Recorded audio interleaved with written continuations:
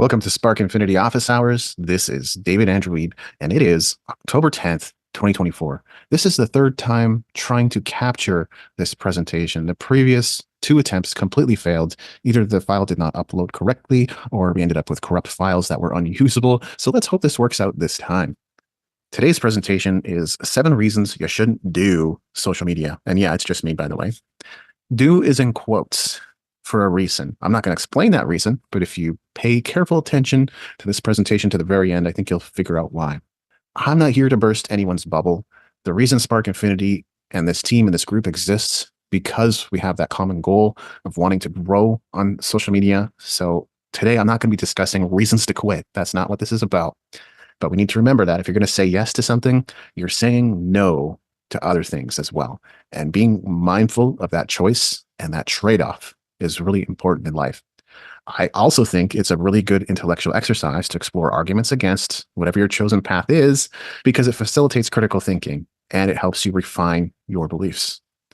Ultimately, I want everyone involved, including myself, the participants, or the leaders in Spark Infinity, as well as the viewers, to be in Spark Infinity mode, not Spark Purgatory mode. Or Purgatory Infinity. That sounds even worse. That's not what we want. We want to see and get results and to put effort into things that do get results. So let's move into those reasons. Number 1, it's one more thing you have to get good at. If you're already good at several things or a couple things or maybe just one thing, whether that's guitar or taking photos or programming, whatever it might be, if you're already good at one thing or a couple of things or 3 things, remember, if you want to get results with social media, that's one more thing you've got to add to the plate and actually get good at to get results. Author and blogger Seth Godin was getting started as a blogger in the early days of the internet. If he had chosen to, he could have had first mover advantage on Twitter, and he was considering it. He decided against it. He saw it as one more thing he would have to get good at. Trying to get good at more things, he felt, would have diluted his focus. He opted to focus on his writing, thereby increasing his chances of becoming the best in writing, or at least in his category. The term best might be subjective here, but I think Seth Godin's influence speaks for himself. For a long time, if you put the term Seth into Google, he was the first result that showed up. May not be anymore, but he's definitely in the top 10 results still. And he's probably one of the people that has influenced more thought leaders on the internet than anyone else. Ironically, it's interesting. I don't know why no one seems to want to point this out, but Seth is on Twitter/X. It's just that he's not active on it. His daily blog posts automatically publish to you and appear on his X feed. And in his case, that is really more than sufficient because he has a following of over 761,000 on X. I don't think he's going to, but if he ever did change his mind about being popular or doing well on X, he would have a pretty good foundation to stand on. Is that going to work for every blogger? I don't think so. I don't think merely having your posts reshared to X, unless you've built your authority and credibility and your prominence in other ways, is automatically going to boost your views or help you grow a following on X. But for Seth, it worked just fine. If he had focused on X, I don't think he would have just 761,000 followers either. He'd probably have many more. Key lesson, there's actually 2 here. First is, if you want to become the best at anything and want to have any hope of becoming the best at it, again, best being subjective, you've got to strip away all distractions and give yourself the best chance possible at making that happen. Meaning, you'd probably be saying no to a lot more things so you can say yes to the 1 or 2 things that you ultimately want to be good at. And number 2, and we will talk more about this later, so I'm not going to expand on it a lot right here. There are pathways other than social media to get to where you want to go. Seth is proof of that. Number 2, social media is a horrible hobby. When I was a network marketer for about 4 or 5 years, my mentors often said this: business makes for a horrible hobby. And one more quote: if you treat it as a hobby, you will only ever earn a hobby level income. And I think social media really is the same way. If you treat it as a hobby, you are never going to see better than hobby level results. So if you're on the fence about social media, there will be pain, and the pain will only increase over time. There is no pain when you're a decisive yes or a decisive no, regardless of the consequences, but the maybe people will suffer, and so will the results. So the key lesson here is, if you're committed to growing on social media, no price will ever seem too high.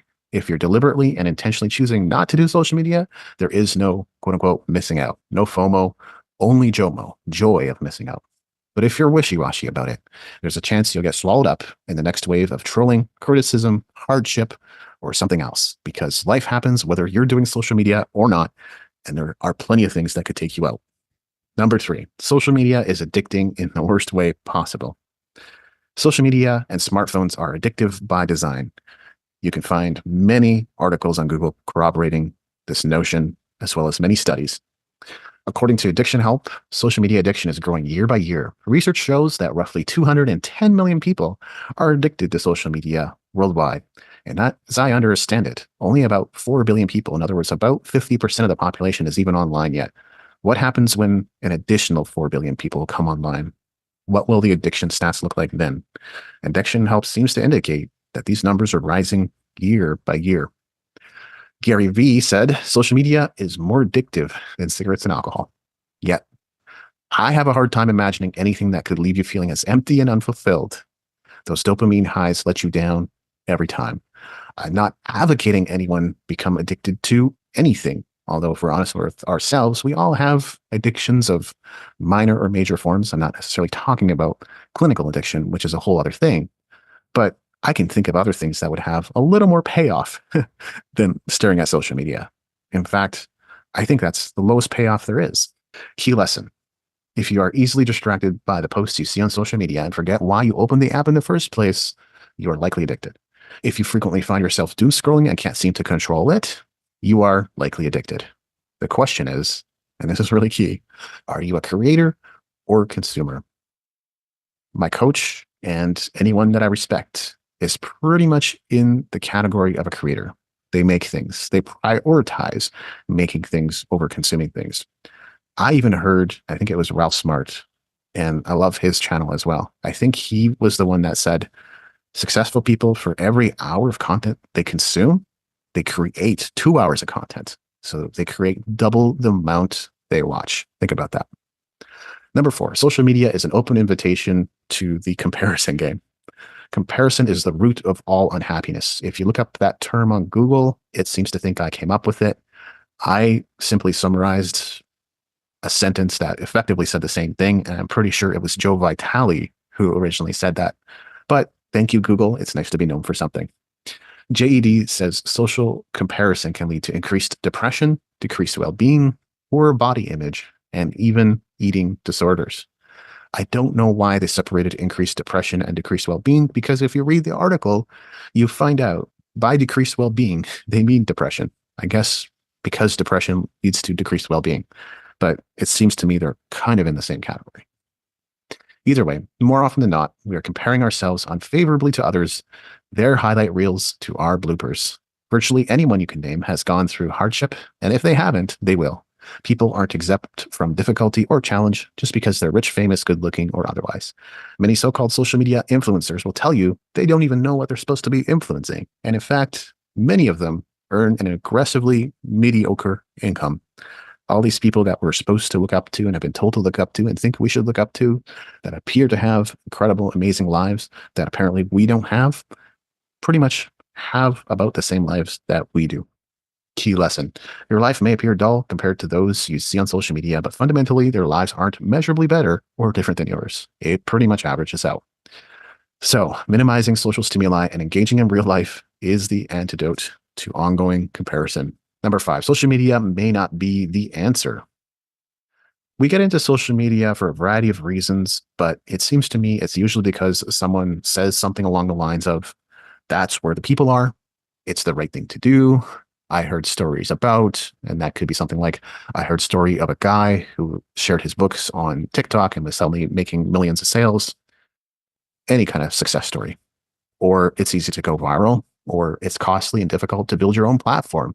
And there are a lot of false notions to dismantle within those, but chances are you've heard some combination or some variation, some iteration on the same things from other people, which is perhaps one of the reasons why you decided to market your work on social media.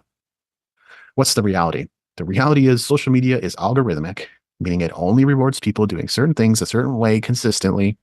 It's crowded, it's competitive, and it's definitely pretentious, meaning there's plenty of people pretending that their life is much greater than yours. It is certainly not the only way, and it may not be the right fit for all artists or businesses. To add insult to injury, if you attempt to scale chaos, you will only get more of the same. Meaning, if what you're currently doing isn't already proving effective, even on a small scale, it's unlikely to increase in effectiveness just because of a boost in viewership or following. This is what many of us are hoping, that one day we wake up and we got 1,000 new followers. And those 1,000 new followers care so much about what we're doing that they sign up for whatever it is we have to offer, or they go ahead and buy it. And if you're not already seeing people sign up, if you're not already seeing people buy, if you're not already seeing people take the desired action that you want them to take, scaling that up and introducing it to a larger audience isn't likely to get you better results. All you've done is scale chaos, and the chaos will continue regardless of your following. You might see slightly better results, but not by much. Key lesson: there are other ways to scale the mountain. It's more about what works for you versus what's working for someone else. Critically, if you've long since outgrown what someone else is doing, it's unlikely to work for you. I've noticed that some people are really good at certain things. Some people are incredible at couponing. In fact, they're so good at it, they teach others how to do it, and they never pay a cent for their groceries. In fact, the grocery store ends up owing them. Also, I want to briefly explain what I mean when I said that if you've outgrown what someone else is already doing, it's unlikely to work for you. I have a friend who is quite aggressive in doing things like live streams and podcast episodes. I see things working perfectly for him. It's pretty amazing what he's been able to create. But I've done so much of that myself that even just thinking about going back and attempting to do something like that, it doesn't feel like in the sweet spot for me. It doesn't even feel like it's going to work. Just because I scale up my content efforts, suddenly everything is going to magically change and work for me. I do think a focus on other people and my audience and the people I have interviewed is far better than a focus on self. That's one of the big things I'm realizing about creation in general. So I've got a story and a message, and that's meant to be shared with others. It's like this. So often we see people being really happy in something they've chosen to do. Maybe they've decided to pick up the guitar. Maybe they've gone back to school. Maybe they bought a brand new car, and we think, oh, I want that. But if you mistake the object for the true reason why they're happy because they're in the sweet spot for them. You got to find your sweet spot. Number 6, social media sets false expectations. This really goes hand in hand with the last point. People say things like, look how easy it is to go viral. Why aren't you doing it? If you aren't seeing results in 6 months, you're doing something wrong. That's a real doozy. I've seen all kinds of people on X say that. And I always ask, what does that mean? Like, if you started working out 6 months ago, what sort of results should you see? I think something like losing 4 pounds or 5 pounds might be realistic, depending on what your body weight is. I think maybe getting a little bit leaner or getting a little more muscular might be realistic. But if you're talking about a thorough, holistic, complete transformation from skinny and scrawny to muscular like Arnold Schwarzenegger, I think there's something wrong with your philosophy. Here's another good one. I'm going to teach you my hashtag staircase strategy for just $49 per month. I have respect for all entrepreneurs, everyone with a hustle, everybody that has something to teach or to share others. I think that's great. But me personally, and I think entrepreneurs all feel the same way, we're not just going to respond to a long line of questioning and then pointing out our flaws and telling us what we're doing wrong so that you can sell us your program. Entrepreneurs aren't going to respond to that because we're really more so show, don't tell. It's about getting to the point. If you've got an amazing sales letter or some testimonials or credibility or results to show, entrepreneurs respond to that. So anyone who's selling to entrepreneurs, beware of going through a longer process. That maybe works for your average buyer.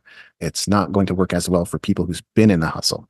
So wizards always need to beware of other wizards. Regardless, and getting back to the point, it all leads to the same conclusion.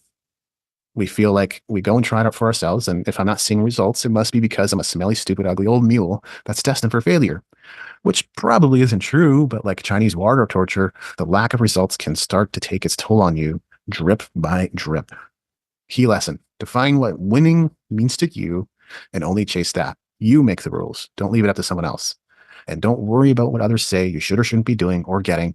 Make your rules. 7, there isn't a guaranteed effort to reward ratio.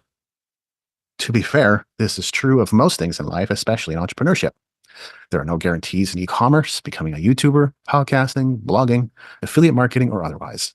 On the independent path, you're going to be putting a lot of effort into something no matter what, and you got to take some chances. I wanted to look into what companies are up to and what some of their concerns are, because previously it just seemed like their knowledge and awareness of social media or what they could potentially do with it was a bit of a mystery. And I'd say they're getting smarter, But the biggest concern of companies using social media in 2024 seems to be trying to maintain a presence on multiple platforms or figuring out which platforms to prioritize an investment. And that tells you something, basically, that even businesses with deep marketing pockets and budgets are worried about the same thing you are, which is the effort to reward ratio. What are we going to get for the time and energy and resources we put into it? Key lesson is you've got to put your time, money, and energy somewhere. Just be sure your ladder of success is leaning against the right building. Now, this doesn't mean just because it's not leaning against the right building that you've got to climb all the way down and then come back up another ladder. I think that's what many people believe when they say things like this.